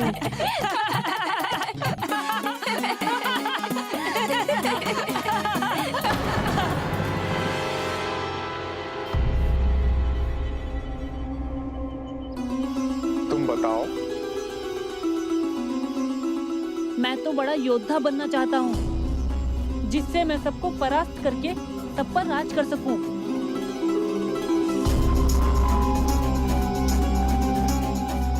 तुम बताओ। गुरुवर, मैं महाज्ञानी बनना चाहता हूँ। मेरे से ज्यादा ज्ञान किसी के पास ना हो, जिससे मैं राजा का सलाहकार बन सकूं। जैसे मेरे पिता के सामने सब झुकते हैं, वैसे मेरे सामने भी सब झुके। कितना भी ध्यान से सुनूं, किंतु मेरे हृदय से तो जैसे एक ही शब्द निकलता है। तुलसीदास, तुमने नहीं बताई अपने हृदय की बात? तुम भी बताओ, तुम्हारा हृदय क्या चाहता है? राम। राम, बाकी से तो राम ही। रुको, इसमें हंसने की क्या बात है? क्षमा कीजिए गुरुदेव, किंतु मेरे हृदय की हर एक दुख दुख में केवल एक ही शब्द सुनाई देता है, राम राम। इसका अर्थ तुम्हारे हृदय में श्री राम बसे हैं। अन्य सभी अपने हृदय को पूर्ण रूप से नहीं समझ सके, किंतु तुम उसके स्पंदन को समझ गए। तुम्हारे हृदय की एक ही लगन है, एक ही रुचि है, प्रभु श्री राम। तो क्या इसका अर्थ है मेरा जीवन प्रभु श्री राम से जुड़ा है? हाँ तुलसीदास, तुम सबका पहला पाठ है लक्ष्य को समझना, क्योंकि लक्ष्य ही जीवन की दिशा तय करता है और एकाग्र मन से ही लक्ष्य को प्राप्त किया जा सकता है। तुलसीदास जानता है वो जीवन में क्या चाहता है, उसका उद्देश्य क्या है। उसी प्रकार तुम भी अपने जीवन के लक्ष्य को तय करो। अपने हृदय की इच्छाओं को भटकने मत दो। अपने हृदय की गहराई में जाओ, उसे समझो और अपने लक्ष्य के प्रति एकाग्रचित हो जाओ।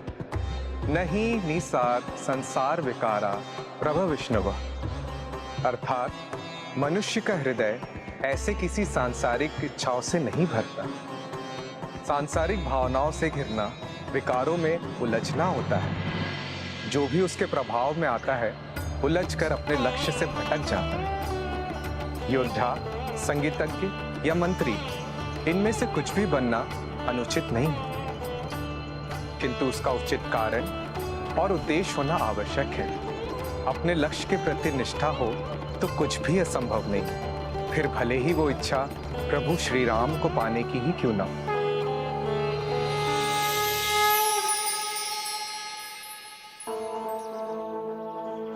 पुष्प की सुगंध और सुंदरता का श्रेय उस माली का है जो पौधे का बीज रोपकर उसका पोषण करता है। उसी प्रकार ज्ञानी शिष्य का श्रेय उस गुरु का है जो शिष्य के मन में ज्ञान का बीज रोपता है। वही आज तुलसीदास को उसके जीवन की प्रथम सीख देकर गुरु नरहरिदास ने किया, जिससे तुलसीदास भक्ति की महानता के शिखर पर पहुंचकर महान संत तुलसीदास कहलाएंगे। एक ओर तुलसी ज्ञान के अनंत सागर में उतरता जा रहा था, तो दूसरी ओर अपने पुत्र की खोज में उनके पिता एक आश्रम से दूसरे आश्रम उसे ढूंढ रहे थे। किंतु दोनों की ही खोज का कोई अंत नहीं था।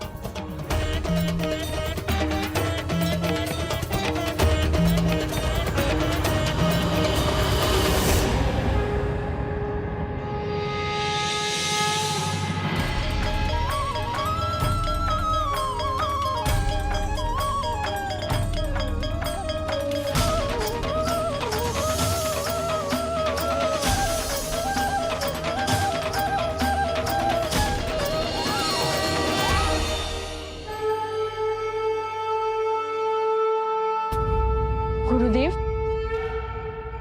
क्या आप आज का पाठ यही समाप्त कर रहे हैं? हाँ तुलसी, किंतु तुम्हारी ज्ञान की प्यास अभी बुझी नहीं। हाँ गुरुदेव, वेद में तो इतना अपार ज्ञान है, एक पूरा जीवन भी उसे आत्मसात करने में कम पड़ जाए, और मैं एक भी पल बिना गवाए आपसे सारा ज्ञान प्राप्त करना चाहता हूँ। तुम उचित कहते हो वत्स, वेद तो ज्ञान के भंडार है, इसमें निहित सारा ज्ञान मैं भी तुम्हें नहीं दे सकूंगा।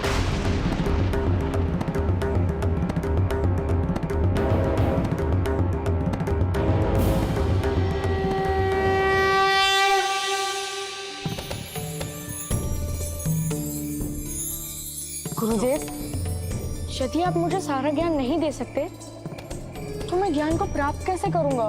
वत्स, ज्ञान तो प्रभु के समान अनंत है, जितना भी प्राप्त करो कम है, किंतु आवश्यक ये है कि जो भी प्राप्त करो उसे गहराई से समझकर आत्मसात करो। और कुछ ज्ञान ऐसे भी होते हैं जो व्यक्ति स्वयं अपने अनुभव से अर्जित करता है, वो ज्ञान तो तुम्हें स्वयं ही प्राप्त करना होगा।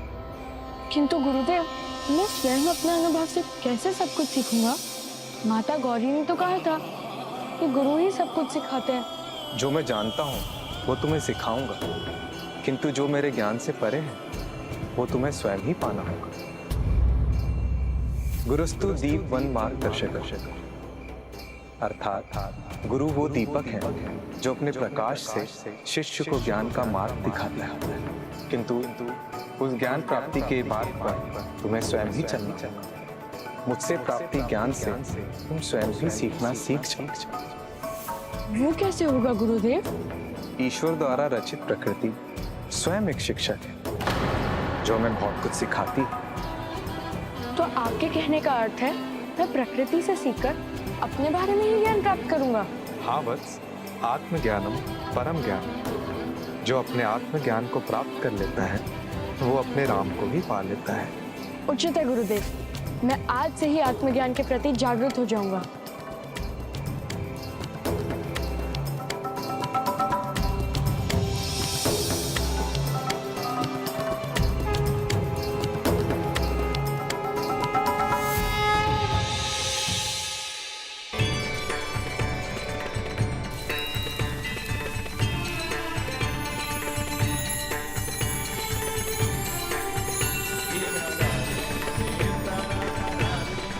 इसी तरह अपने गुरु द्वारा दिए ज्ञान का प्रयोग कर तुलसीदास प्रभु श्री राम के निकट पहुंचने का मार्ग ढूंढने वाला था।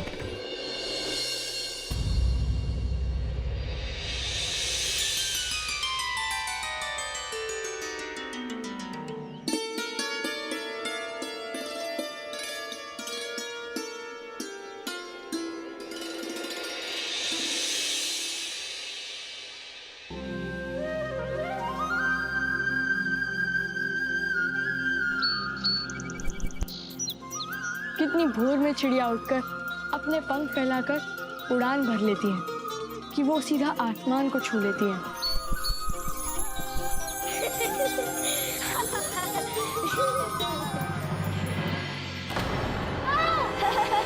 देखो कैसे गिर गया ये मोर। किंतु वो तो तुम्हारा मित्र है ना? हाँ है ना, पर इसे गिरता देखकर कितना आनंद आया। किसी को भी मित्र कहकर जो मित्रता का धर्म ना निभाए वो मित्र नहीं होता। मित्र, आओ मैं तुम्हें ले चलता हूँ। इस प्रकार जैसा गुरु ने कहा था वैसा ही करने लगा बालक तुलसी। जीवन की प्रत्येक घटना से सीख लेने लगा और जो ज्ञान के मोती उसे मिलते वो उन्हें शब्दों की सुंदर माला रूपी दोहों में पिरो देता। तुम्हें ज्ञात है ना, आज तुम देरी से आए हो। क्षमा कीजिए गुरुदेव। गुरुदेव, इसमें इसका कोई दोष नहीं है, यह तो मेरी सहायता कर रहा था, अथवा मैं भी ना आ पाता। मित्र, एक छोटी सी चोट क्या लगी तुमने तो इतना बड़ा बहाना बना दिया। अगर तुम चाहते तो तुम स्वयं भी आ सकते थे। वत्स तुलसी, आज की घटना से तुम्हें जो सीख मिली तुम सबके साथ बांटना चाहते हो। निज दुख गिरी समरज करी जाना, मित्र दुख रज मेरु समान। इसका अर्थ है अपने पहाड़ जैसे दुख को भूल समझकर और अपने मित्र के कण भर दुख को मेरू समझकर उसकी सहायता करने वाला ही वास्तविक मित्र होता है।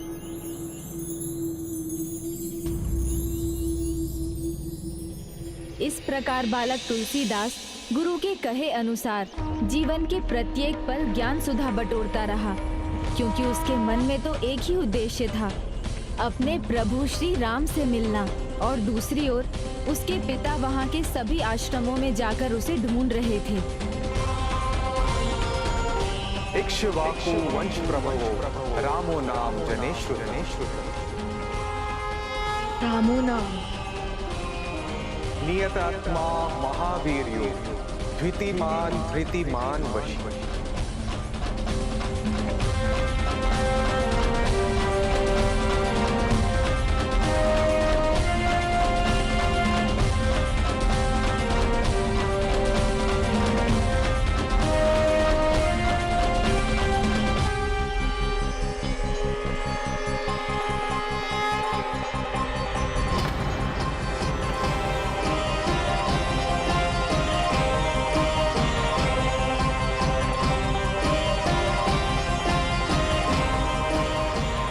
क्या हुआ? ऐसे विचलित होकर इधर उधर देख रहे हैं, किसी को ढूंढ रहे हैं क्या? ईश्वर, मैं अपने पुत्र राम भोला को ढूंढ रहा हूं। अच्छा बताइए, वो कैसा दिखता है? ईश्वर, दुर्भाग्यवश मैं इतना जानता हूँ कि मेरा पुत्र गुरु नरहरि दास की देखरेख में शिक्षा प्राप्त कर रहा है।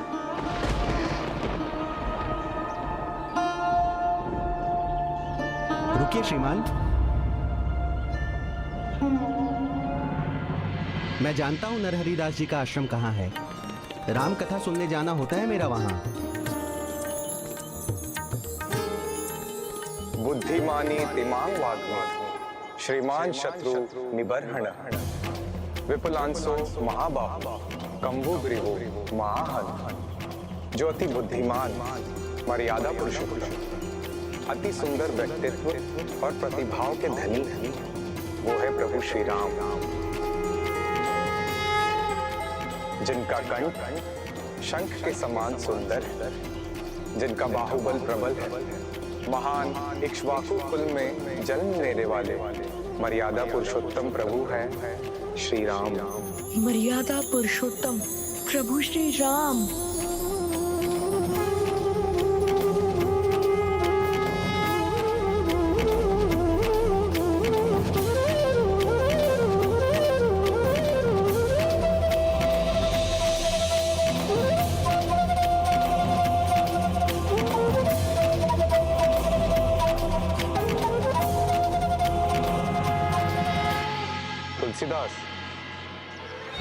तुलसीदास,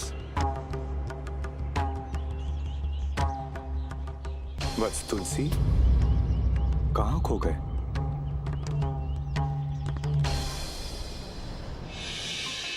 मैं खोया नहीं हूँ गुरुदेव, मैं तो स्वयं को पा रहा हूँ।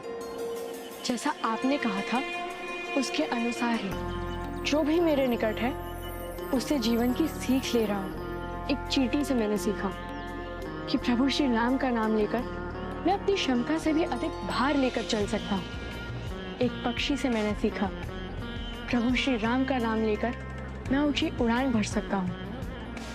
नदी से मैंने सीखा प्रभु श्री राम के नाम की महिमा से मैं निरंतर गतिशील रह सकता हूँ। सब में तो प्रभु श्री राम का ही नाम जुड़ा है और उनके कारण ही सब अपने जीवन के उद्देश्य को सार्थक करते हैं।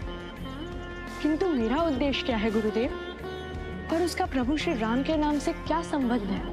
वो भी समय आने पर तुम समझ जाओगे वत्स। किंतु पहले मेरे इस प्रश्न का उत्तर दो, आज तुम यहाँ क्यों आए हो? आज जब सभी शिष्य अवकाश के दिन का आनंद उठा रहे हैं, तो तुम यहाँ क्यों हो वत्स?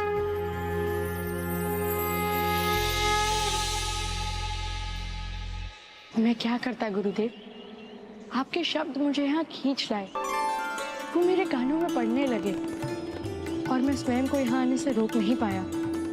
मानो जैसे उनमें एक सम्मोहन हो जो मुझे यहाँ खींच लाए। और ये गुरुदेव, शब्द सुने तो मैंने, किंतु आपके समझाने पर ही मुझे उनका अर्थ समझ आया और ऐसा लगा जैसे एक एक शब्द मेरे जीवन से जुड़ा हो। क्या तुम्हें ज्ञात है वत्स, मैं कौन से ग्रंथ का पाठ कर रहा था? नहीं गुरुदेव। संस्कृत भाषा में प्रभु श्री राम कथा का, संस्कृत रामायण का। तो क्या मैं ये ग्रंथ पढ़ सकता हूँ गुरुदेव? अवश्य पढ़ सकते हो, किंतु ये संस्कृत भाषा में है, इसलिए रामायण को पढ़ने और समझने के लिए तुम्हें सुंदर देव भाषा को समझना होगा, जिसका आरंभ कल से ही हो सकता है। कल मैं वराह क्षेत्र जा रहा हूँ, वहाँ प्रभु विष्णु के वराह अवतार का एकमात्र मंदिर है। मैं वहाँ रामायण पाठ करूँगा, तुम भी मेरे साथ चलो। अवश्य गुरुदेव, अवश्य चलूंगा मैं। तो अब बालक तुलसीदास जीवन में पहली बार संपूर्ण रामायण का पाठ सुनने वाले थे। हाँ पुष्पदंत जी, और अगली सुबह गुरुदेव के साथ चलने के लिए तुलसीदास का उत्साह देखते ही बनता था, किंतु उनके आश्रम से निकलने के पहले ही उसके पिता का भी गुरु नरहरिदास के आश्रम में आगमन हो गया। गुरुवर, क्या ये नरहरि दास का आश्रम है? क्षमा कीजिए, मैं कुछ सुन नहीं सका। आप एक बार फिर पूछिए जो पूछना है।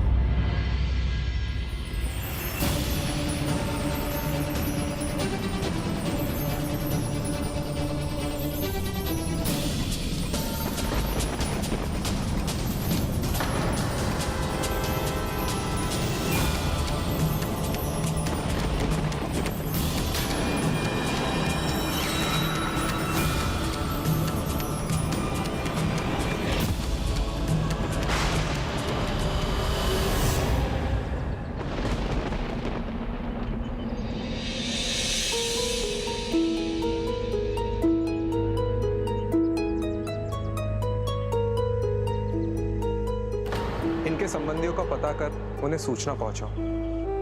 जब तक ये कुशल न हो जाते, आश्रम में इनकी देखभाल होगी। गुरुदेव आप चिंता ना कीजिए, हम इन्हें संभाल लेंगे। अब आप प्रस्थान कीजिए, नहीं तो मार्ग में ही रात हो जाएगी। उचित है, अब हम 1 सप्ताह में लौट आएंगे।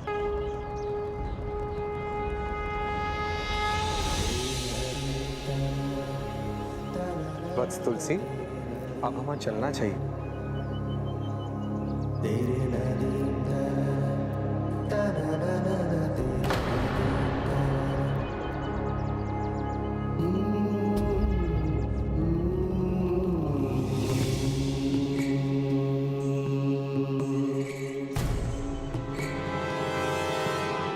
क्या हुआ वत्स? इससे इनको थोड़ी सुविधा होगी।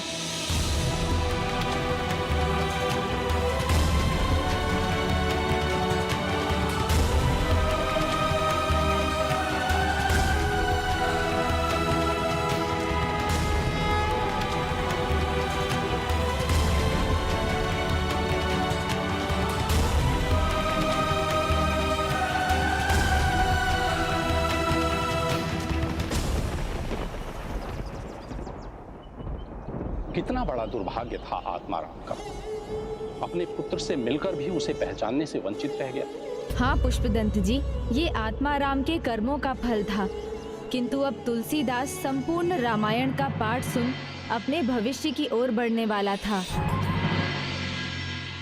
राम बोला, मेरे पुत्र मुझे अपने राम भोला के पास जाना होगा। रुक जाइए, ऐसे विचलित होने का कोई लाभ नहीं है। मुझे जाना ही होगा, मुझे जाना ही होगा। जाइए भैया।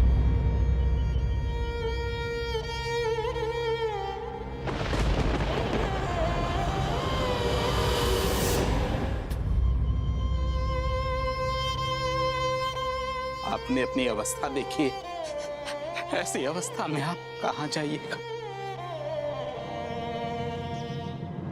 राम, श्री राम, पीर हृदय की राम, किसको सुनाए आज श्री राम, रघुराई। श्री राम, कैसे ज्योति राम, तुलसी, श्री राम, तुलसी, तुलसी, श्री राम, प्रभु श्री राम, श्री राम, राम, राम, प्रभु श्री राम। मुझे मत रोको, मुझे मत रोको दीनदास। मैं अपने पुत्र को ढूंढने जाना चाहता हूँ, वो हमारा क्षेत्र में। मैं समझता हूँ भैया। नहीं, तुम नहीं समझ सकते। हमारा वो नहीं, हमारा तो मैं हो। अनजाने में ही सही, उसे तो अपने पिता की सेवा का अवसर मिला। उसने मुझे कंबल उड़ाया, सर के नीचे तकिया दिया उसने, और मैं अभागा पिता उसे पहचान भी नहीं सका, उससे मिल नहीं पाया मैं।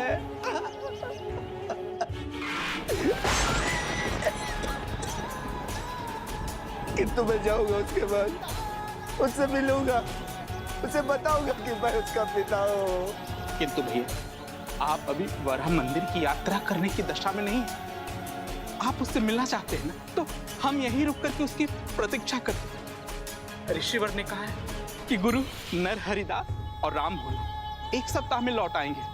अब तो वो अवधि समाप्त होने को है।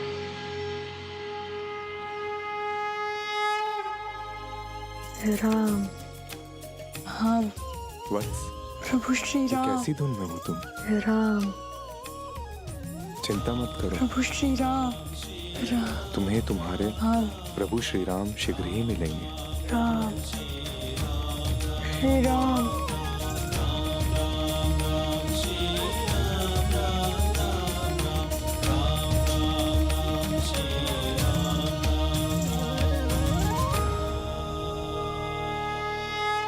आत्मा राम का स्वास्थ्य बिगड़ रहा था और वो अब और भी आतुरता से अपने पुत्र के लौटने की प्रतीक्षा कर रहे थे। उधर गुरु नर हरिदास तुलसीदास के उठने की प्रतीक्षा में थे। 2 दिन बीत गए थे तुलसीदास को उस अवस्था में, इसलिए गुरु उसके प्रति चिंतित होने लगे थे।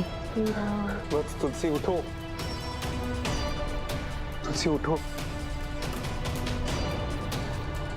अपनी तंद्रा से उठो वत्स।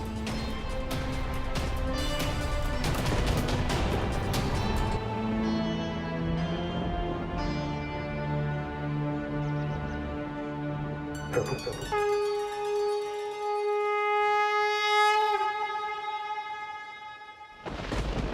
हे प्रभु सहायता कीजिए प्रभु, हे प्रभु दया कीजिए प्रभु, इस नन्हे से भक्त का आशीष दीजिए प्रभु, आप ही उसे इस अवस्था से निकाल सकते प्रभु।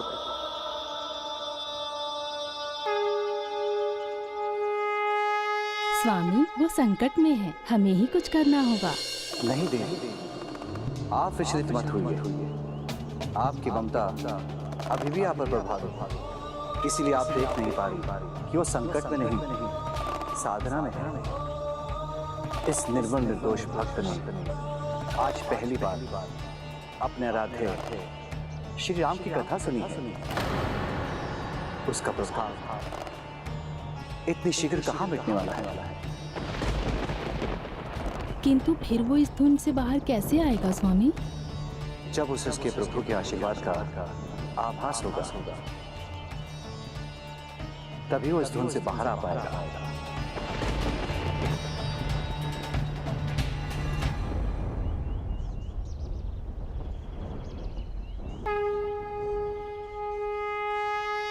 प्रभु का चरणामृत तो उनका आशीष ही है।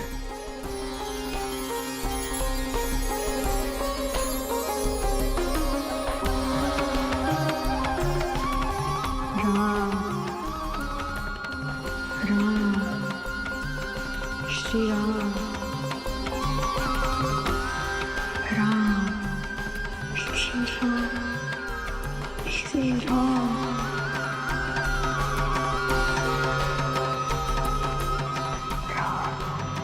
प्रभु श्री राम।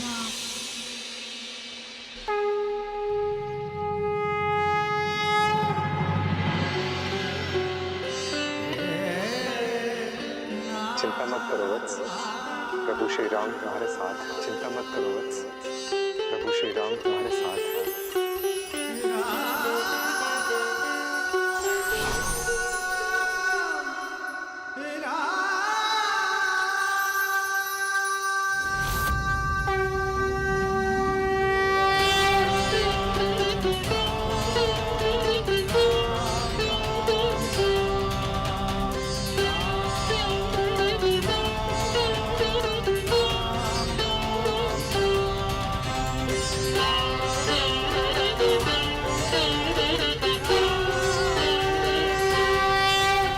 जय श्री राम।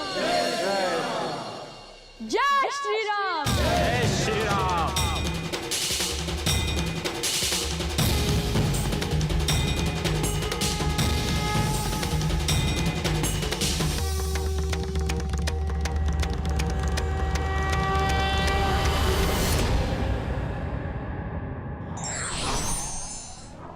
भक्ति भाव से लीन होना भी एक प्रकार की पूजा है।